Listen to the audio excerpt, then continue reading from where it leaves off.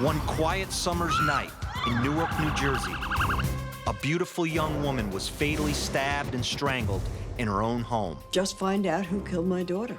I think I know who did it, and he's killed before.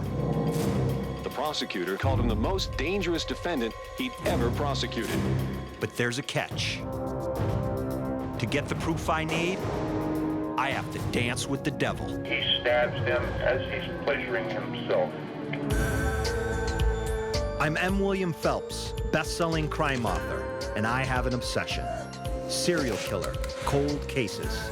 Now, nearly 10 years later, investigators say they still need the public's help. For me, it's personal. My sister-in-law was murdered, and her killer has never been caught. These killers are still out there. Their victims deserve justice, and just one new clue could make all the difference. I don't have a badge, but I do have something the cops don't have. Someone who understands the dark mind of a murderer. Boy, I'm telling you, nobody can hear her scream. Because he is one.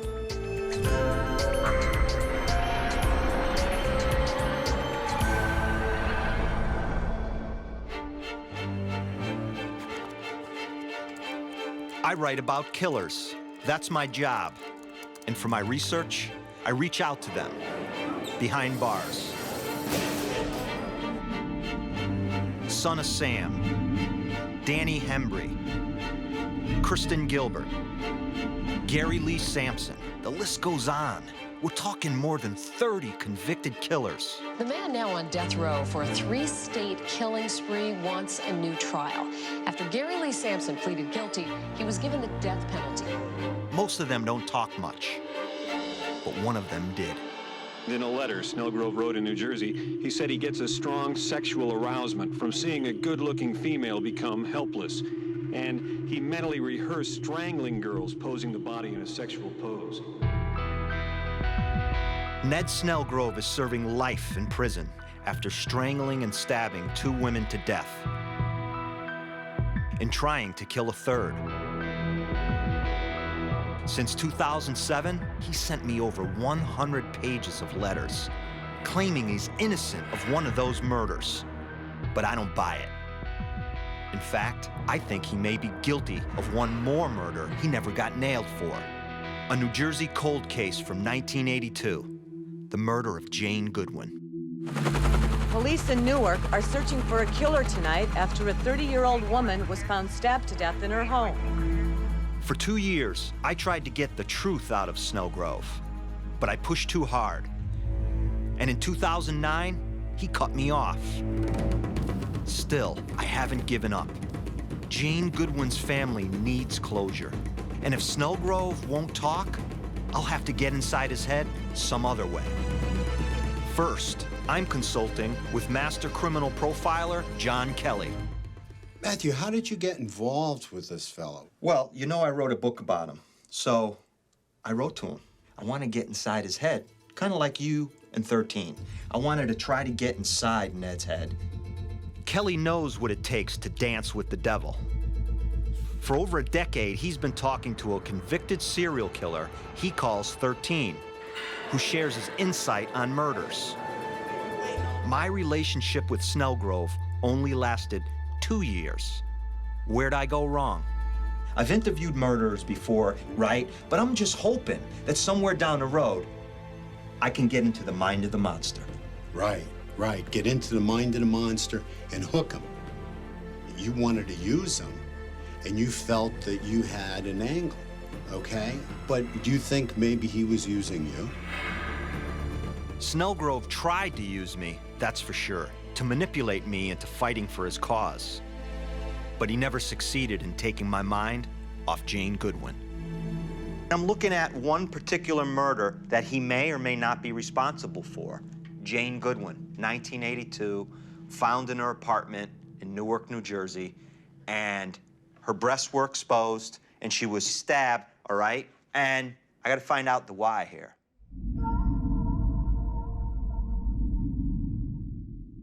We're actually looking at a signature. And this looks like, if I'm correct about Mr. Snelgrove, This looks like Mr. Snelgrove's signature. His work. His work.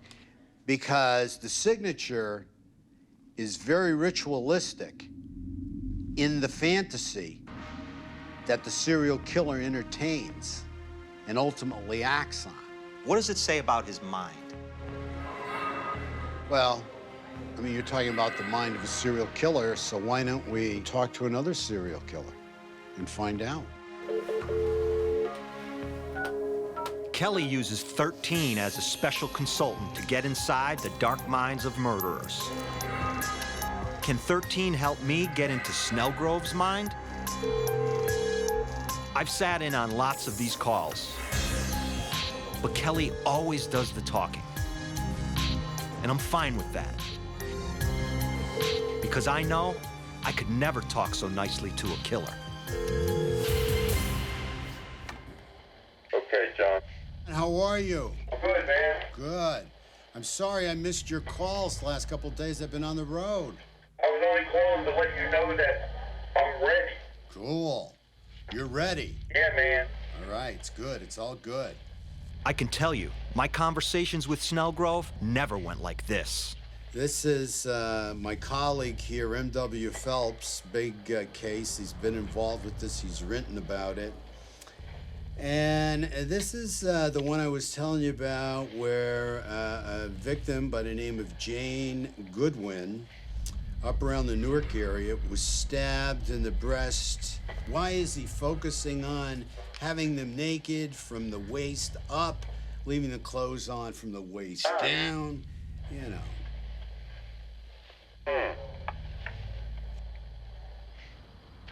He may have a fetish on breasts. I knew of a young lady that knew of a guy who liked to have her rub her feet on him as he masturbated. Okay. Which is kind of strange. But, you know, fetish is a fetish. Fetish is a fetish. 13 is definitely on the right track. Snelgrove was known to masturbate at his crime scenes. But I want to know, what drove him to take a victim in the first place? There's some kind of trigger there. Okay. That really makes him go off. And just wants to kill women. That's it.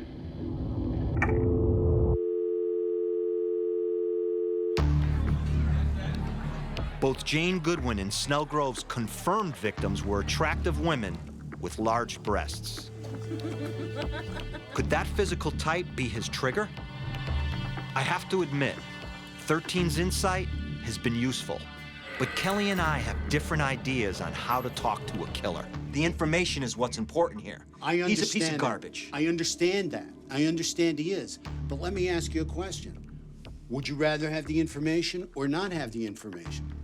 Well, I'd rather have the information, obviously. But, you know, the way we go about getting that information is another thing. I mean, we call the shots with this animal here, okay? Not him. So you want to try and exhibit power and control, Of course. over a serial killer whose whole M.O. is Absolutely. about power and control. Yeah. And To you let him think know you who's- could do that? Hell yeah, I can do that. Let him And know get who's the him boss. to talk to you? Absolutely. You mean I've done it before. And get him. And you know I've done it before. Well, you've done what you think you've done before, but we'll see if you got into the mind of a serial killer or if a serial killer got into your mind. Kelly has a lot of experience with killers, but he's got this one all wrong. I did get into Snelgrove's mind, deeper than he wanted, which is why he cut me off. You see, I've studied Snelgrove closely, and what fascinates me most about him is, if you didn't know the horrific things he's done, you'd think he was just a regular guy. His first known victim was 23-year-old Karen Osman. They dated at Rutgers University in New Jersey until she broke it off.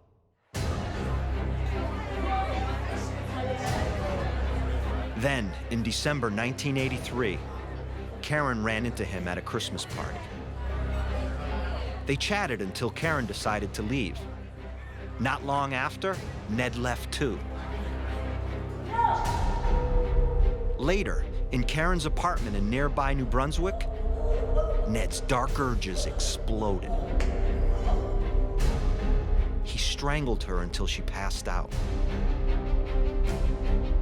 arranged her body in a seductive pose. Then he stabbed her more than 10 times in the breast with a steak knife and left her on the bedroom floor, where she was found by her family on Christmas Day. They immediately suspected Snelgrove, the jilted ex-boyfriend. But here's the twist. They thought he may have killed Jane Goodwin, too. He was pale and looked sick, and that would be around the time that Jane was killed. I'm in New Jersey trying to heat up a cold case. The 1982 murder of Jane Goodwin. Jane was 30 when she was stabbed to death in her Newark apartment. Ned Snelgrove worked in the area at that time, and the way Jane was killed matches his known victims. Was Snelgrove Jane's attacker, or is the killer still out there?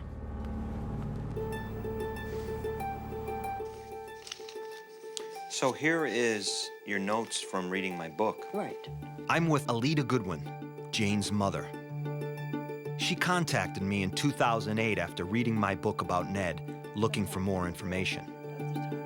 And I promised her I'd help find out if Snelgrove killed her daughter. Over the years, tell me what you've learned about Jane's murder. I was told first that she was stabbed. And I thought, okay, she walked in the door and somebody stabbed her, you know. But I wanted her to suffer the least pain. And I thought, if that's what happened, thank God she didn't know what happened. But then I found out she was also strangled, and I thought, she suffered.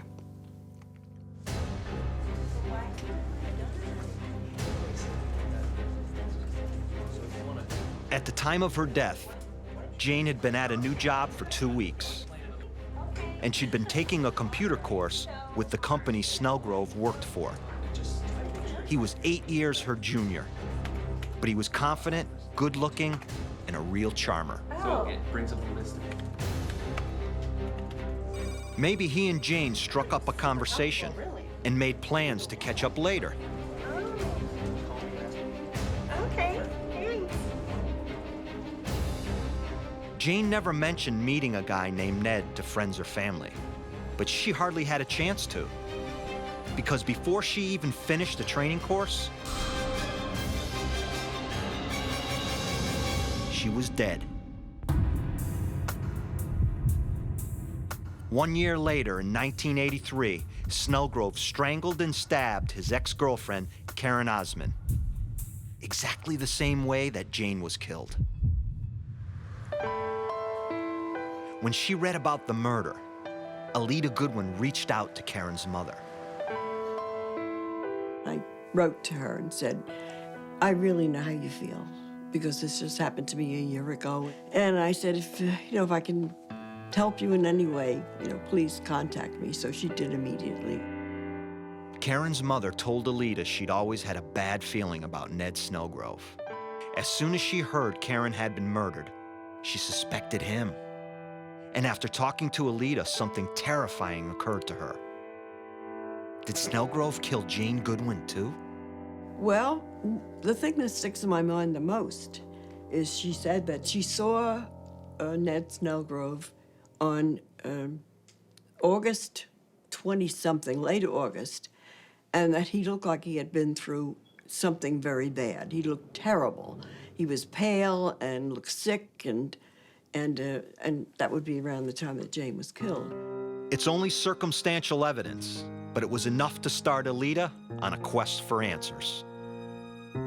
My hope would be, before I die, to just find out who killed my daughter. I've had people say to me, why do you want to know? Well, maybe you have to go through it to understand why. You just have to know. It's so unfair not to. After 30 years, police haven't found enough evidence to tie anyone to Jane's murder, but Alida hasn't given up. It looks like you've done your own investigation, really.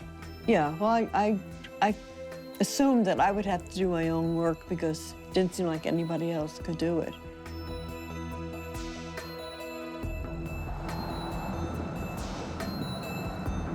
haven't given up my search for answers either, because I know what it's like to need closure.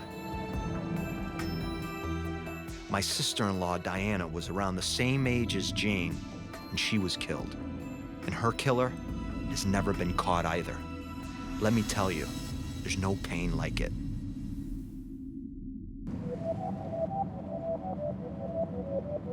And in 2006, here in Berlin, Connecticut, where Snelgrove used to live, that pain hit me real hard.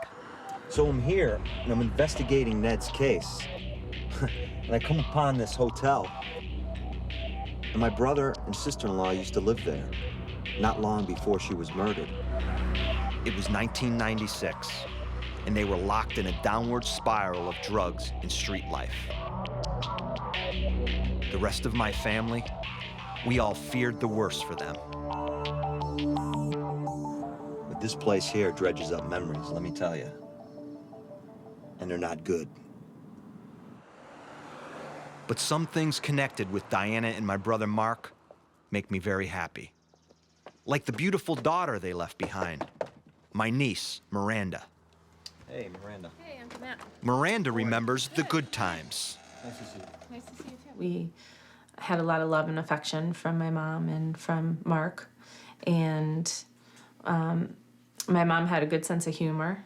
And she played with us and did all the things that moms do with their children when they're young. Sadly, drug problems soon overwhelmed the family. It was addiction that led to Diana's murder. And eventually, it's what killed my brother, too. Because really, when your mother died, Yeah. he spiraled out of control with drugs to just numb that. Numb the pain. Yeah. I agree. I totally agree. When I... It's gonna make me cry.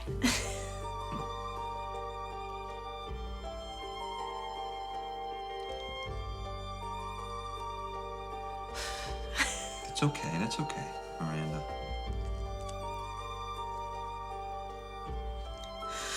When I was at Mark's deathbed, I held his hand when he took his last breath. And I told him it was okay, that he can go to be with Diana. And he took his last breath to be with Diana. Yeah, I remember that. Before he passed away, Mark confessed that Diana had asked for drug money right before she was killed. He didn't have it available. He wasn't gonna have that money available for a few days. And she said to him, well, I won't be here in a few days if I don't have that money today. And he was unable to give that money to her. And a couple of days later, she was gone. She was gone. So that leads to him knowing who did it then. As he lay dying, we asked Mark what else he knew about Diana's murder. He said the matter had been taken care of. Did my brother take revenge? I don't know. I don't think that there's any truth to that personally. I think maybe he would have liked to have it taken care of. We may never know who killed Diana, but if I can help bring answers to people like Alita Goodwin, it makes my own load easier to carry. To see that shallow look in Jane Goodwin's mother's eyes. All this woman wants before she dies is to know who killed her daughter. She deserves that much. She deserves to know who took her daughter away from her. I have to try and help her get the truth. So I've come to the scene of the crime, Jane's apartment in downtown Newark. It was right here in 1982. 30-year-old Jane Goodwin found stabbed and strangled to death on her apartment floor. A source that I wish I could say, but a source that is uncontestable told me that blocks from here, Ned's business card was found. Police also found an open bottle of wine and 2 glasses in the apartment, which means Jane's killer got her to trust him. Exactly what Snelgrove did with his known victims.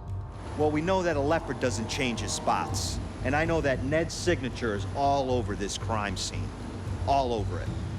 But my instincts aren't proof. It was the same with Karen Osmond's mother, who was certain Snelgrove killed her daughter, but had no evidence. Until he struck again. In August 1987, 44-year-old Mary Ellen Renard attended a New Jersey singles event where she was flattered by the attentions of a polite, much younger man.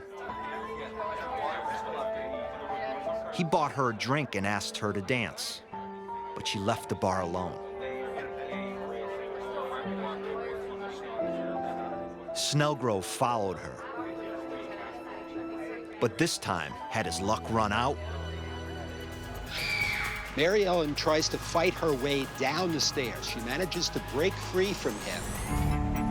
I'm looking back over the crimes of Ned Snelgrove to see if I can link him to the unsolved 1982 murder of Jane Goodwin.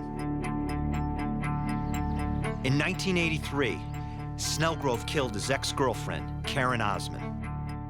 But at the time, no physical evidence connected him, and he walked free. Then, in 1987, he attacked Mary Ellen Renard, but she managed to escape and ran straight to police. Snelgrove was charged with attempted murder, but no one was prepared for what happened next. I was stunned when his attorney came to me and indicated that he would be willing to plead to Karen Osmond's murder. I'm with Fred Schwanweed, who prosecuted the Mary Ellen Renard case. For a defendant to come forward and admit to a homicide that had been open for many years with no prospect of being solved, that's extraordinary. Do you believe he had an ulterior motive to that? And he was thinking that at some point in the future, either there might be a technology that would be developed, a DNA type of technology or something else, that would place him at the scene or help convince a jury that he was guilty.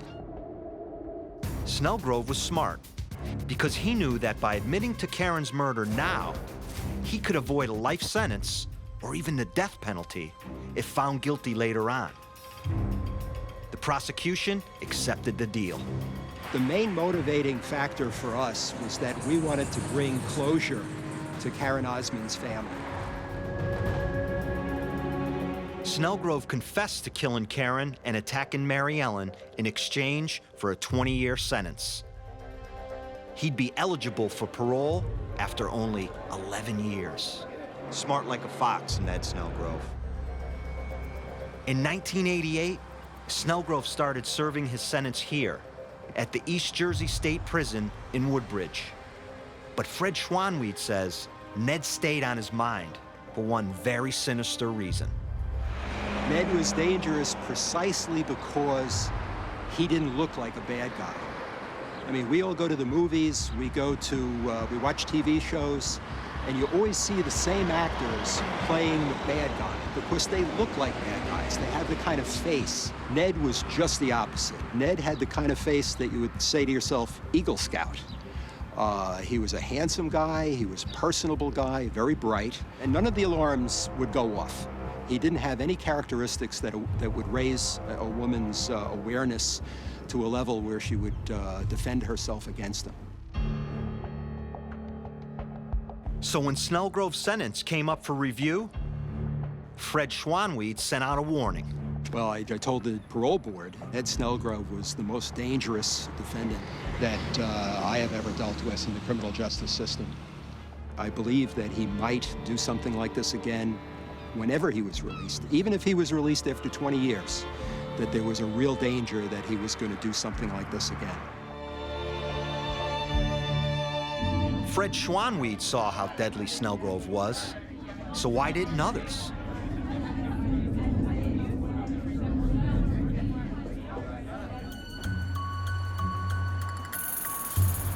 I'm thinking profiler John Kelly can explain. He's able to fly under the radar because when he needs to, he can become a chameleon and he can switch on that mask of sanity. That's funny because his surviving victim, right, says he went into the bathroom, and when he came out, he even looked different.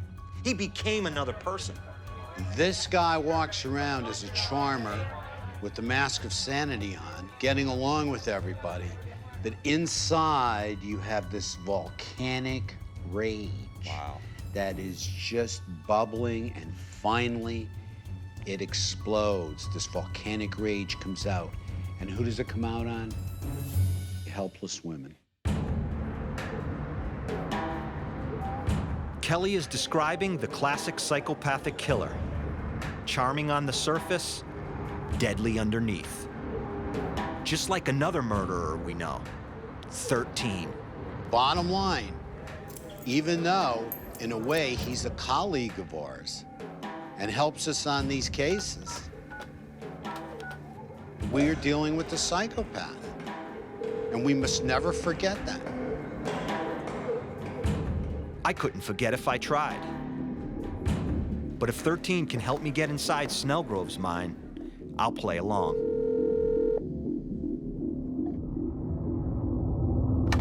Okay, John. Knock yourself out. Well, thank you so much. 13's had my case files on Snelgrove for weeks now. So can he give us some more insight?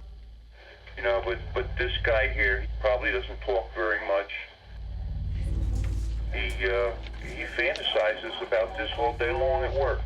Oh, he's always fantasizing, okay. His fetish is, he's very ashamed of it. He doesn't want people to know it. That's it.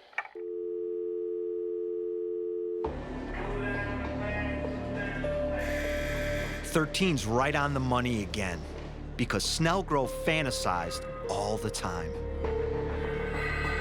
During his trial in 1988, he sent a chilling letter to the judge.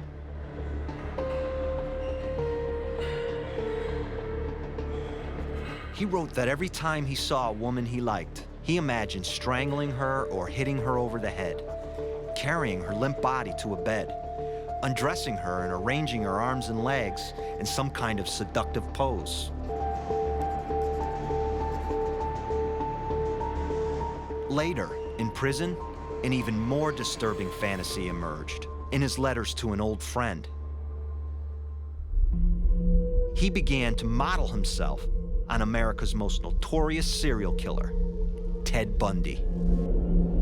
You see, Snelgrove may have known how to wear the Mask of Sanity, but Ted Bundy was the master of it. Between 1974 and 1978, he charmed as many as 50 young women into believing he was just a regular guy, before revealing the monster within and murdering them all.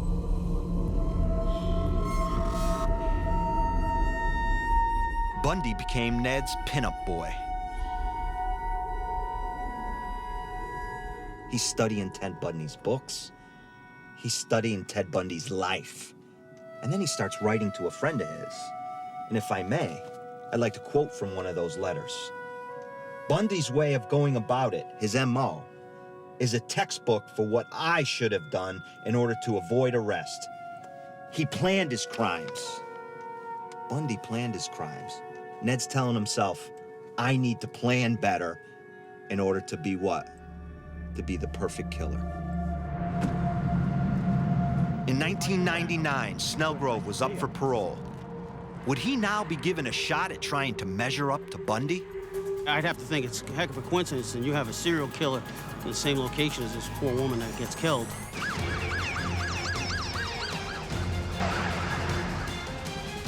In 1988, Ned Snelgrove confessed to the 1983 murder of Karen Osmond and the 1987 attack on Mary Ellen Renard. He was sentenced to 20 years for both crimes. But after only 11, he was up for parole. Despite the grave warnings of prosecutor Fred Schwanweed and the sick fantasies revealed in Snelgrove's own letters, he was released.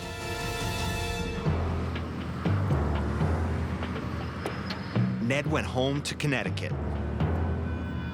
right here in this house. This is where Ned moved when he got out of prison. He lived in the basement. His parents lived upstairs.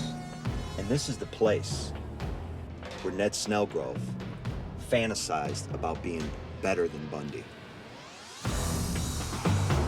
Snelgrove got a job as a traveling salesman, selling frozen meat to housewives. And his dark thoughts traveled with him. It wasn't long before they got the best of him. Snelgrove became a regular at a bar in downtown Hartford, Connecticut. 32-year-old Carmen Rodriguez also liked to hang out there. She got to know Snelgrove well enough for chit-chat. Then, one night in September 2001, it went further, and they left together. There's no physical proof of what happened next. But a cellmate Snelgrove allegedly bragged to while in jail on separate charges later testified to what he says occurred here at this fairground in nearby Berlin. So this is the Berlin Fairgrounds. This is where families come, have fun, eat cotton candy. And this is also where Ned Snelgrove brought Carmen Rodriguez for her last ride.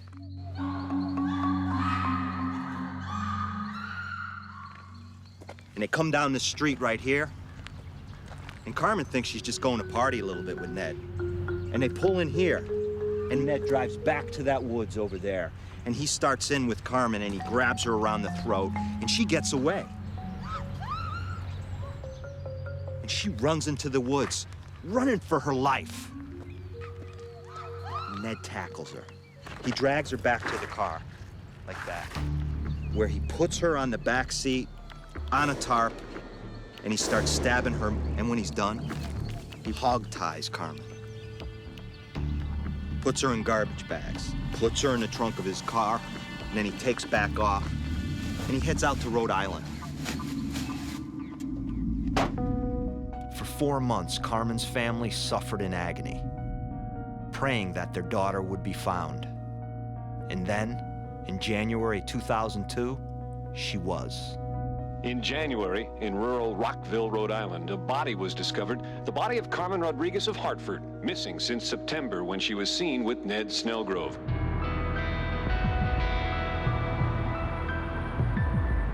One of the detectives who worked the case, Steve Malikas, is meeting me here, outside the downtown bar where Carmen was last seen. Steve, how you doing? Hey, how you doing, Matthew? When Carmen went missing, Malikas checked out all the regulars at the bar, and something about Snelgrove made alarm bells go off.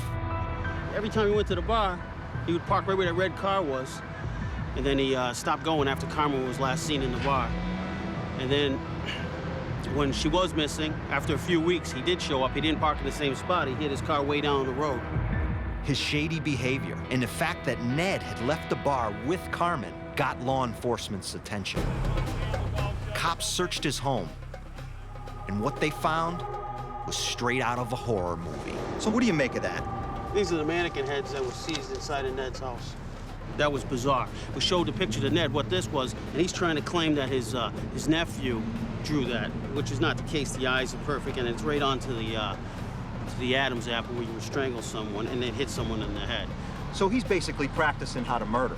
Looks like it. That's what we thought. Police also found a stash of videos, news clippings, and books, all relating to Ted Bundy. Then, Malikas interviewed Snelgrove. You stared into his eyeballs. What was that like?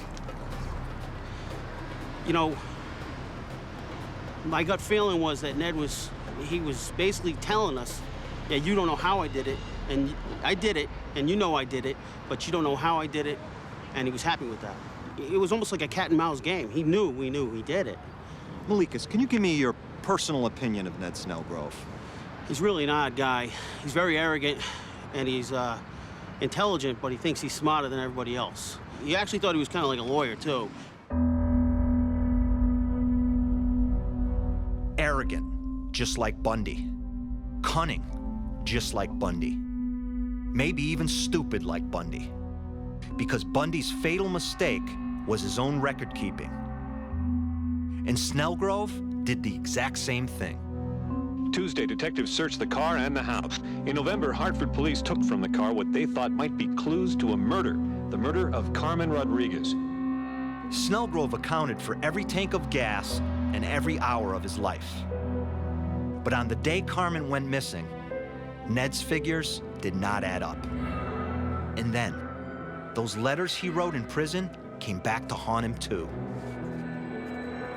In one, he wrote how he dreamed of selling his story after he was released. Except he wasn't finished killing yet. These were his exact words. In terms of the saleability of my story, don't think in the short term. Wouldn't it be a great story when I pick up right where I left off? He's self-admitting that he has a problem, and he's self-admitting that he enjoys killing and its sexual release. So, I mean, right there, that's a huge problem, you know? And then you have him leaving the bar with Carmen Rodriguez. That's, you know, he's sunk right there, I think. In 2005, Snelgrove went on trial for the murder of Carmen Rodriguez and pled not guilty.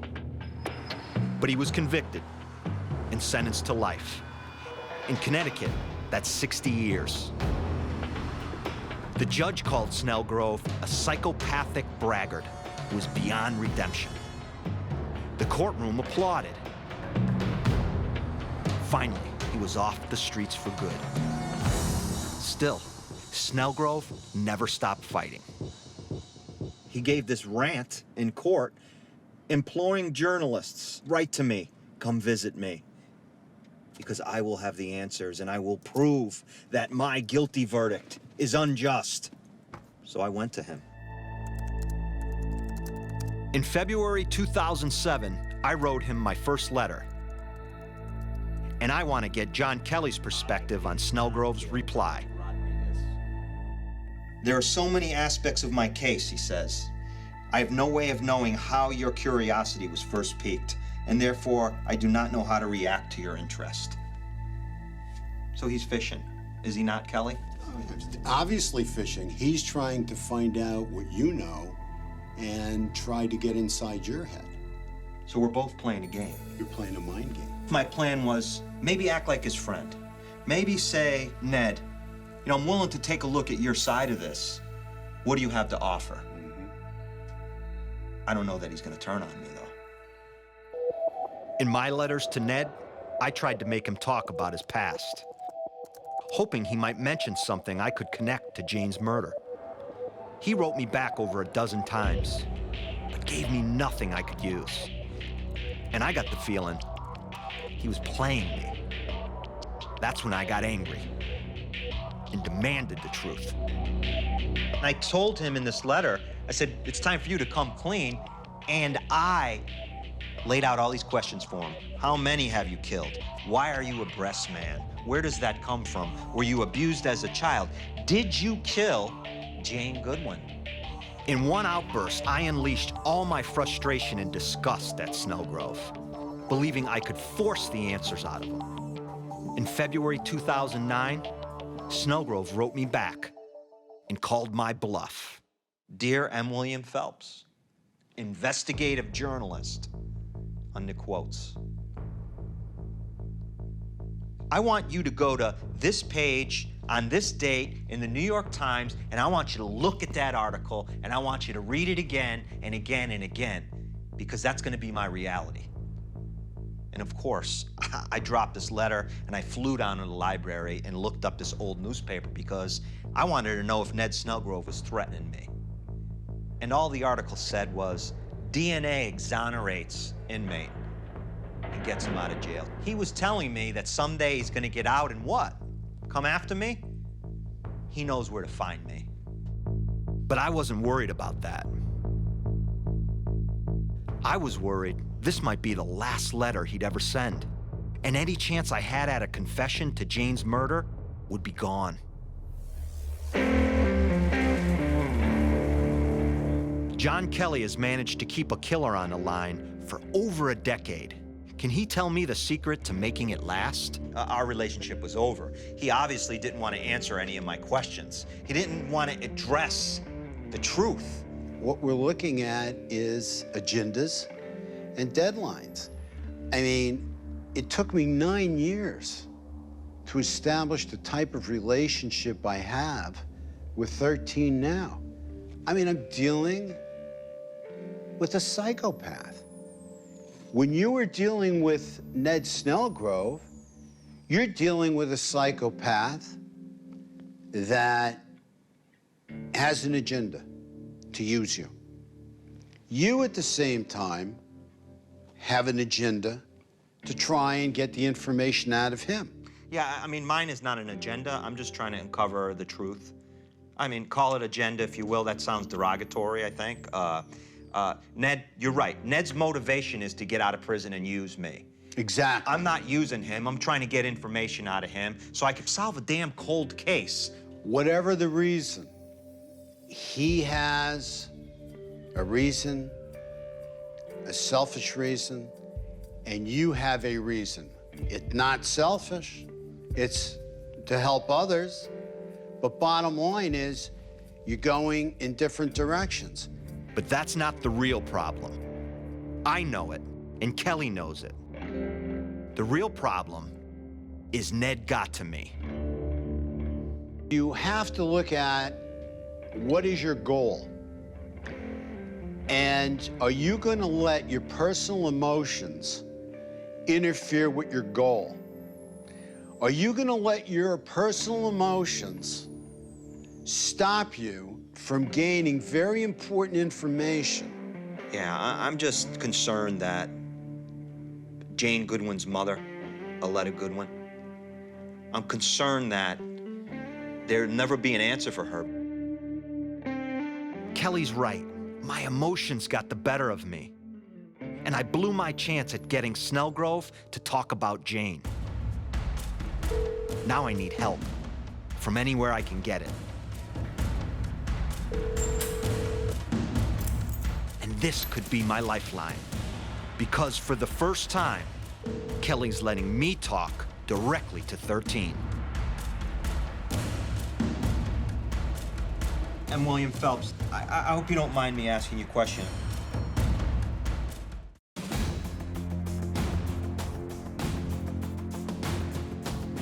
I tried to get into the mind of convicted killer Ned Snelgrove and find out if he killed Jane Goodwin too. But he got into my mind instead and gave me the brush off. Now all I have are questions. Maybe profiler John Kelly can give me some answers. He says Snelgrove is a classic psychopath. So what makes him fit the definition? A psychopath is a person who really feels no remorse or empathy for other human beings and who extracts a certain amount of pleasure, in this case, sexual pleasure, by mistreating, abusing, and in this case, killing them. But there's no sexual penetration here. There's no rape. There's none of that. So the sexual element of this crime is in the breasts. Exactly. But I think there's more to this than just a breast fetish. I want to know, why did Snelgrove stab his victims? Could that be sexual too? Can we get 13's take on this?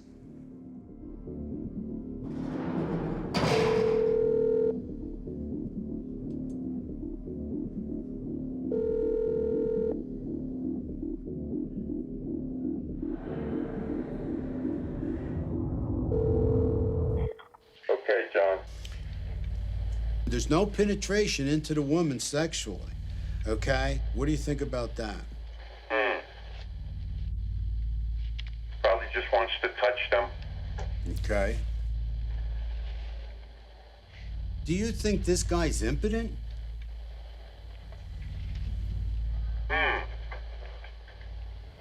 I mean, this guy's all about the upper body, the breast. He stabs them about the breast, okay? And that's how he kills them, okay? Bloodletting with a sharp instrument. But, I mean, this guy's not having any penetration except for the stabbing. What do you think about that? Tell me. Yeah, I don't know. I don't know. I don't know? I get the feeling 13 does know, but he's holding out on us. I want to try a different approach. And I want to thank you so much, and hold on one more second. Matthew wants to ask you a question. I got angry at Snelgrove and tried to interrogate him. I thought I could play bad cop, but it backfired. I won't make that mistake again. And this is my chance to prove it. I'm William Phelps. I hope you don't mind me asking you a question. I was wondering if you had anything else to add that we might have missed.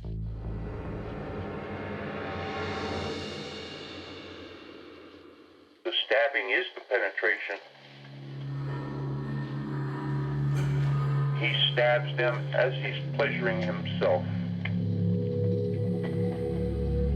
That's it.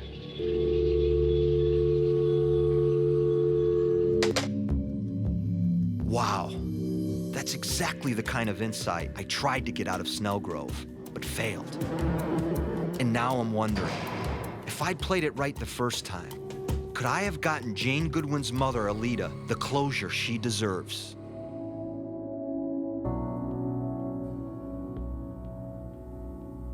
It's all in a fog because, you know, nothing can be done that I know of, nothing I can do, and apparently nothing anyone else can do. I don't know. I don't know. It's disappointing.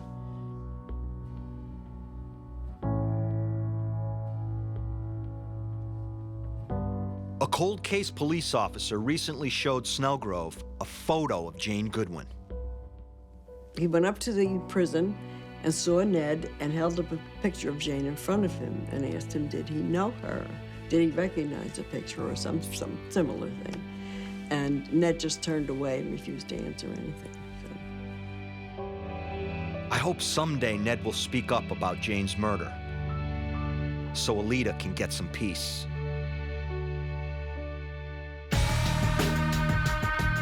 As for me, well, Kelly thinks I've learned my lesson. That I'm ready now to dance with the devil for real. I've started developing a new serial killer source. Someone I can bring to the table and give us another perspective to help crack cold cases. If I can pull it off, this could be the beginning of a long relationship.